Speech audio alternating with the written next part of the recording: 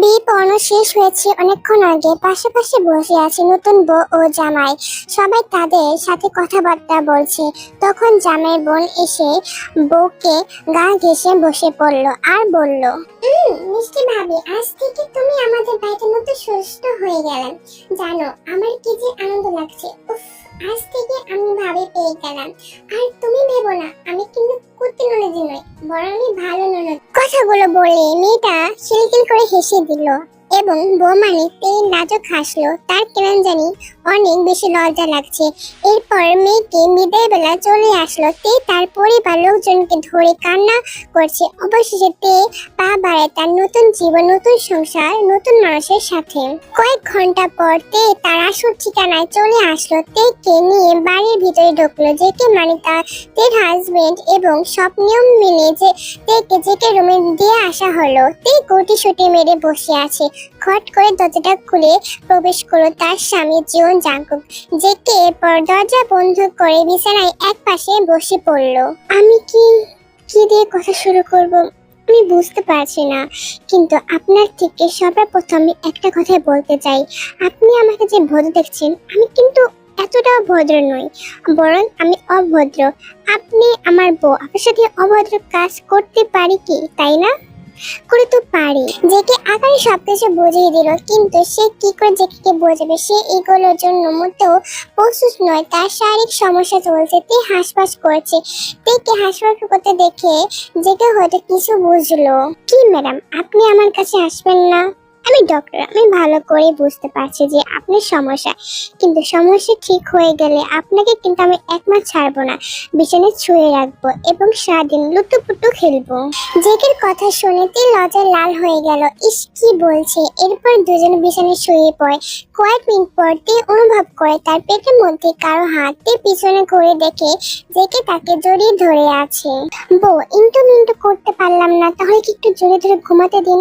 আপনার সুন্দর টুলটুলে নরম, মন চাইছে সারাদিন টিপে দিতে, কিন্তু এর থেকে তো আর কোনো কিছু নিয়ম কিছু আছে? কিন্তু ওটা আমি এখন ছুতে পারবো না, পরে ছুতে পারবো। আপনি বকবক না করে ঘুমান। আপনার কথাগুলো শুনে আমার অনেক বেশি লজ্জা করছে। বেশি করলে কিন্তু আমি সোফায় যেয়ে ঘুমাবো, বলে দিলাম। কিন্তু এটাই কিন্তু শেষবার। তের কথা শুনে জেকে ভদ্র বাচ্চার মতন মেনে নিল। এরপর দুজন ঘুমের দেশে পাড়ি দেয়। এভাবে তাদের নতুন সংসার ভালো কাটে। এইভাবে 15 দিন কেটে যায়। তের শারীরিক সমস্যা ঠিক হয়ে গেছে। তে শাড়ি কোমরে বেঁধে ঘর পরিষ্কার করছে। তখন রুমে জেকে আছে। জেকে নজর একবার তের কোমরের দিকে চলে যায়।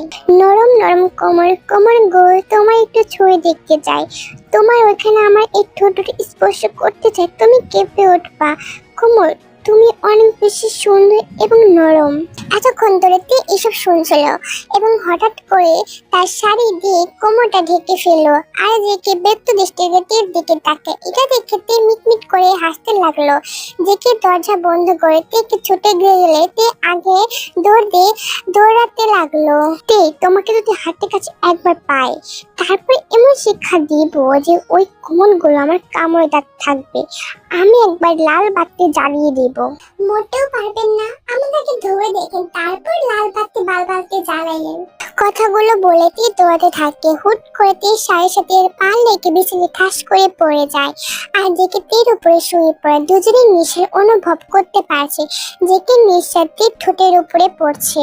কেন জানি বলেছিল আমি তাকে ছুটতে পারবো না, এখন তো ঠিকই ছুটতে পারলাম। তা ম্যাডাম, শশা দিয়ে খেলবো নাকি এখন? লজ্জা ডক্টর বাবু আপনি। এখন তো লজ্জা আমি কিছু করিনি, তার আগে তুমি লজ্জা বানিয়ে দিলাম। I clot give it up baby.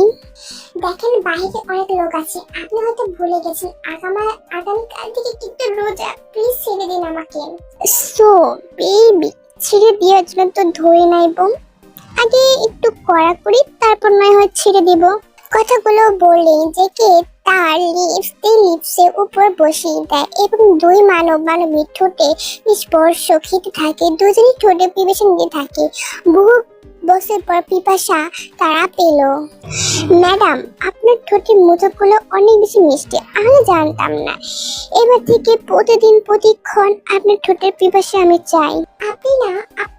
আপনি ভারী একটা অসভ্য লোক। তের কথা শুনে জেগে ঠোঁট কামড়ে হাসে। এরপর জেগে তের শাড়িটা বুক থেকে খুলে ফেলে দেয় এবং তার ঠোঁট দিয়ে বোতামগুলো খুলতে থাকে। এরপর জেগে তার হাত দিয়ে তের ইনারটা খুলে ফেলে দেয়। বউ, তুমি দেখি রূপসী হয়ে গেছো। এতদিন তুমি আমাকে অপেক্ষা করাইছো, আজ তোমাকে আমি সারা দিন সারা রাত ছাড়বো না বউ। এরপর জেগে তার শরীরে কালো টি শার্টটা খুলে ফেলো। তের পিঠে কোট অনেক আগে খুলে ফেলেছে। তের সরাসরি দৃশ্যমান। এই প্রথম কোনো নারীকে সে দেখলো, তাও এভাবে, তাও আবার তার স্ত্রীকে দেখলো। আমি শুধু হার্টের ডক্টর, কিন্তু কখনো কোনো নারীকে এভাবে দেখিনি ম্যাডাম। আপনি প্রথম এবং আপনি শেষ। লুচ্চা ডক্টর বাবু। হ্যাঁ, শুধু তোমার জন্য বেবি। কথাগুলো বলে জেগে তার সর্বস্ব চেষ্টা দিয়ে তার প্রাণ বউকে দিয়ে ভালোবাসা নদীতে ডুব দিল। আর সে তার বউকে ভালোবাসা পেয়েছে, আর এই ভালোবাসা নিতে তার বউ প্রচুর রকমের কান্না করছে। ম্যাডাম, আরেকটু সহ্য করো, তারপর সব ঠিক হয়ে যাবে। ব্যথা, প্রচুর রকমের ব্যথা পাচ্ছি। থামাতে বলো না জান, যে তাহলে বের হয়ে যাবে ম্যাডাম। আরো নানা ধরনের কথাবার্তা চলছে। এর মধ্যে তাদের প্রণয় চলছে। যে কে আজ তার ম্যাডামকে তার সর্বোচ্চ সুখ খুঁজে পেয়েছে, সে খুঁজে কখনো পায়নি। আর তে তার লুচ্চা ডক্টর বাবুর ভালোবাসা সইতে থাকে।